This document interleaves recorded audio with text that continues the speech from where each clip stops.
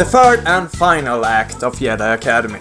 Luke tells Kyle and Jaden that Tavion and her gang of misfits are on their way to Korriban to resurrect an old Sith Lord. But Rosh has sent out an emergency call, so Kyle and Jaden decides to help him, instead of thousands of Jedis getting slaughtered by Sith on Korriban. And on Taspir shit gets real monotonous real quick. And I'm talking in the actual level, not overall. I mean, it's pretty damn monotonous overall as it is. For instance, in this level there's a lot of times where you see Siths hanging out on a bridge, to flesh out the level an extra minute or so. It happens way too often. Actually, most of the level is just really taking bridges from one room to another.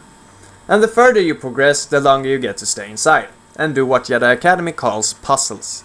Oh, and on the subject of monotonous things, Alora interrupts you towards the end of the level a lot. Oh, but you are persistent, Jedi. Are all Jedi as weak as Rosh? Or just Katarn's personal brats who will learn to serve Tavion? I mean, what a cocktease, right? Eventually you run into Rosh. And guess what? He's crying like a bitch. He says that he's sorry, which makes Jaden puss out, and he lets Rosh go without a fight. Alora respectfully dislikes that choice and cuts off Rosh's arm, and a battle ensues. This boss fight is like the first boss battle, and since you now have two sabers, she does too. Apparently you're on the same learning curve, and by now I think these Sith encounters have more story value than actual gameplay value. When she's beaten, you fly to Korriban while Kyle drops off Rosh at wherever the fuck. Basically the whole academy is now at Korriban fighting Sith. This level have a great sense of war to it, much like the second last level in Jedi Outcast. Sith slaughtering Jedi and vice versa. Your fellow Jedi friends help you out if they survive, but they're too stupid to follow you anywhere. The level is nothing spectacular, but it's a hell of a lot better than this. You then meet Tavion, who's just about to resurrect Marker Ragnos. I will make Kyle Katarn's failure complete. My victory? Rosh's corruption. And now you're dead. Jaden doesn't let her, and she gets mad and starts shooting at him with her scepter. The boss battle isn't that interesting, but then she has to actually succeed with her damn resurrection. You will kneel before me, Jedi. So Ragnos merges into Tavion and they fight as one somehow. And it looks like they have the same signature move as He-Man. By the power of Grayskull!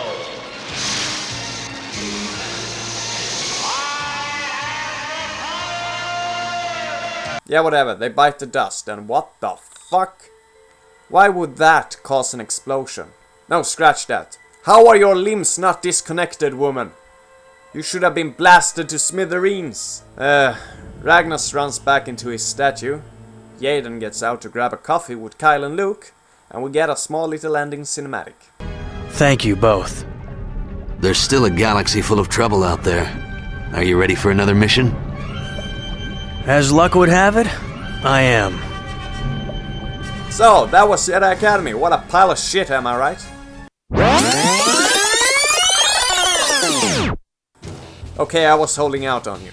Back when Rosh was being an annoying crybaby, you could actually choose to kill him. I was wrong! No. You were weak. Jaden, no! And it turns out that this choice actually matters. What? Yeah, the outcome of the game as well as the final level do change depending on your choice. No matter what you do, however, you have to do the same fight with Alora again.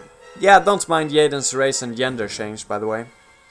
So, if you stab Rosh and kill Alora, Jaden leaves and Kyle shows up to hear Rosh's final words. Oh, you are a Jedi. Thank you. And finally the fucker is dead. Okay, some might wonder why I hate Rosh so much. And the answer is simple. He's annoying. When? Well, all the time. He's a character created to be Jaden's friend. But they never show it. They never have a real conversation without Rosh bitching or crying or being a yerk. Hey Jaden, this should keep you busy till I finish the course. So, did I win? It wasn't a competition. I'm sorry, I'm not the one you should be apologizing to. It's no big deal. You said yourself this wasn't a competition. Hey, it was just a joke. I didn't think it would... Kyle doesn't seem to really foster my talents. I've gone on a couple of missions with him, but doesn't let me do any of the really important stuff. And it's a major reason the story overall falls flat. It pisses me off every time Rosh says, "We're friends, remember?" because when the fuck did that happen? Oh well. When Jaden gets to Korriban, the students and Jedi Knights notice that she has been corrupted by the dark side. So in the final level, both Jedi and Sith are out to kill you. And you know what that means? Ultimate slaughter, total annihilation, and fun for the whole family. Yeah, you have no allies now. And actually that does make the level both harder and more enjoyable. Too bad the level itself is as basic as a Beverly Hills girl. And when you later meet Tavian, Jaden's motivation is now to grab the scepter for herself. The first battle is the same as before, but this time she dies and doesn't succeed in summoning Mark Aragnas, which is a perfect time for me to talk ill about the dead. I don't know who made this picture, but I bet he or she drew these guys because they were cool villains. And there's a reason Tavian isn't nestled in between them. She ain't a cool villain. That would be like having Saris, the villain of Jedi Outcast, or Mysteries of the Sith. Well, that would have been better. Anyway, after Tavian's death, the final battle is now instead between Jaden and Kyle Katarn. This is so awesome. He uses Force Absorb and Protect, and he even have his own unique animations for when he's beating the living shit out of you. Fuck, Kyle is awesome. Too bad he loses the battle though, and Jaden buries him underneath rocks. Fuck. But that is of course not enough to kill Kyle Katarn. Especially since he was in the books that took place after this. Not that this ending was ever canon, but oh well. And we then see that Jaden has taken over a Star Destroyer for herself. Wow! How menacing. Especially those pouty lips. People changing expressions out of the blue happens a lot throughout these games, by the way. It's the negative thing about the real-time cutscenes. But it sure is hilarious. Anyway, that was the end of Jedi Academy. So let's compare the final acts of these games. They were a lot alike, with Jedis fighting Sith all over the map. Jedi Academy held the same lame quality throughout, while Outcast got lazy. It's sadly a regular occurrence that a game is hasted to fit a deadline, and that the last few levels have to suffer considerably due to that. Cairn had its good parts, and wow, did it go downhill after that. But Jedi Academy's quality of levels is even more horrendous at times. But I must say that gameplay wise, this is better than this. But Outcast's story is way more intriguing than Academy's. And I must say that Jedi Academy does hold its own against this shit at least. Well, fuck. The final round is a close one, but it goes to both. Half a point each. So, there you have it. Numbers don't lie, especially when I manipulate them in favor of one side. Jedi Outcast have considerably better levels that in turn makes the gameplay better. There are only a few minor differences between the actual gameplay as in sabers, attacks and whatnot of these games though. Jedi Academy's minor tweaks is not enough to make it a better game, nor are the levels doing it any favors. Academy's poorly made levels and formulaic template makes it so much worse than Outcast. In Outcast it's a linear story you're following that takes you on an adventure, while in Academy it's a list of chores. What else? Oh right, a good thing about both of these games is that it's easy to grab the console and cheat, which makes the game so much more fun and adds a really big replay value if anything. Being able to add NPCs where they don't really belong and fucking up cinematics is really fun. Some stuff can even be useful, like if there's a part you don't like that's coming up, you could just clip through it. So yeah, don't seem to be anything left to talk about. Alright, except for...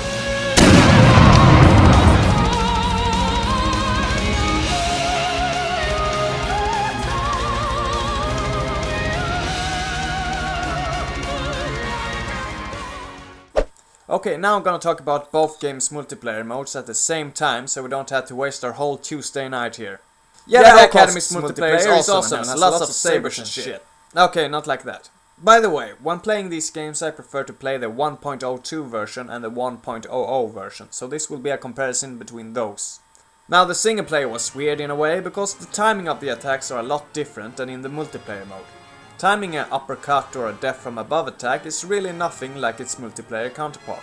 And in both these game circumstances, multiplayer is actually quite superior to its single player, as it should be. Now when you're skipping through the hills wondering what servers to join, you should know that there are 4 servers and standard servers. 4 servers, as you'd imagine, have forts, and a lot of madness and fun stuff happening, while the non-4 servers are a lot of fun too, but it's more contained. It's like chaos and organized chaos. Since I am indeed an analytical asshole, I will talk about the thing I play the most. Non-4 servers. And you know, with guilds, clans or teams or whatever you wanna call them, non-4 servers are standard. So without force powers you now have to rely on your saber. And when it comes to Jedi Outcast, combat is basically all centered around death from above.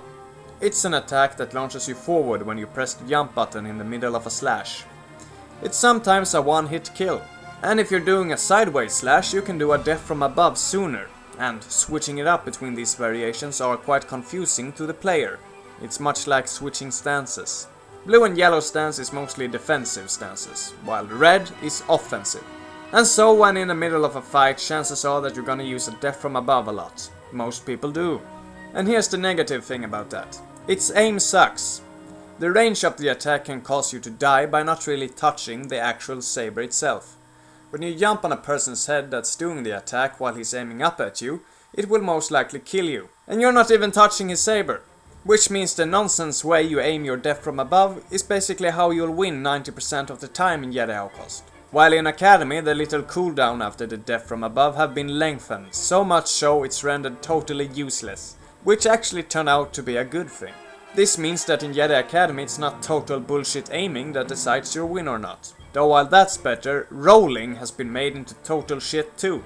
Which is bad. In Jedi Outcast is required to avoid your opponent's slashes, while in Academy the roll doesn't reach as far at all. In an attempt to salvage this, they added a stab instead. That you can do by pressing the mouse button at the end of the roll. Guess what? That's useless too.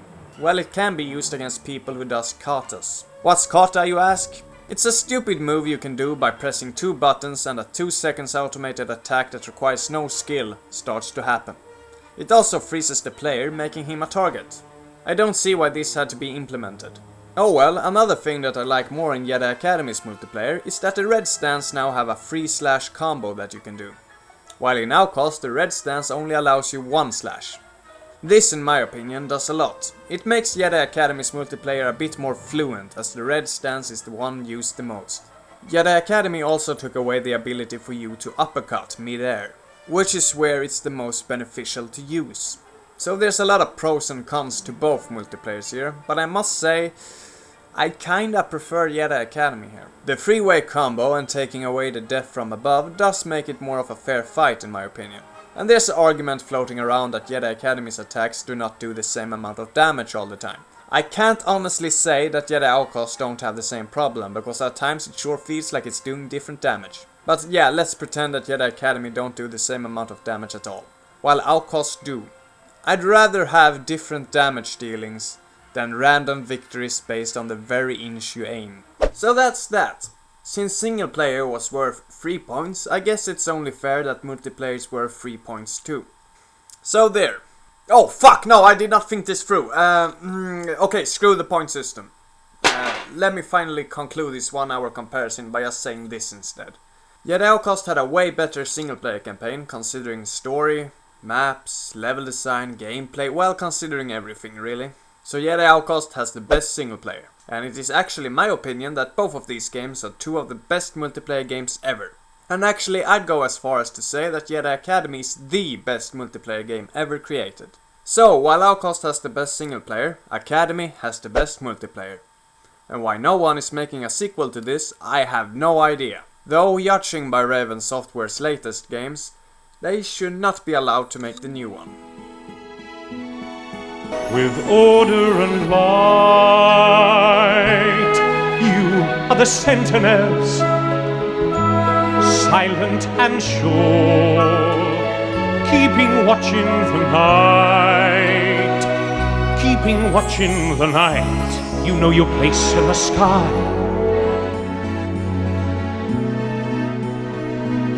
Fallen from God, fallen from grace. God be my witness, I never shall yield till we come face to face. till we come face to face.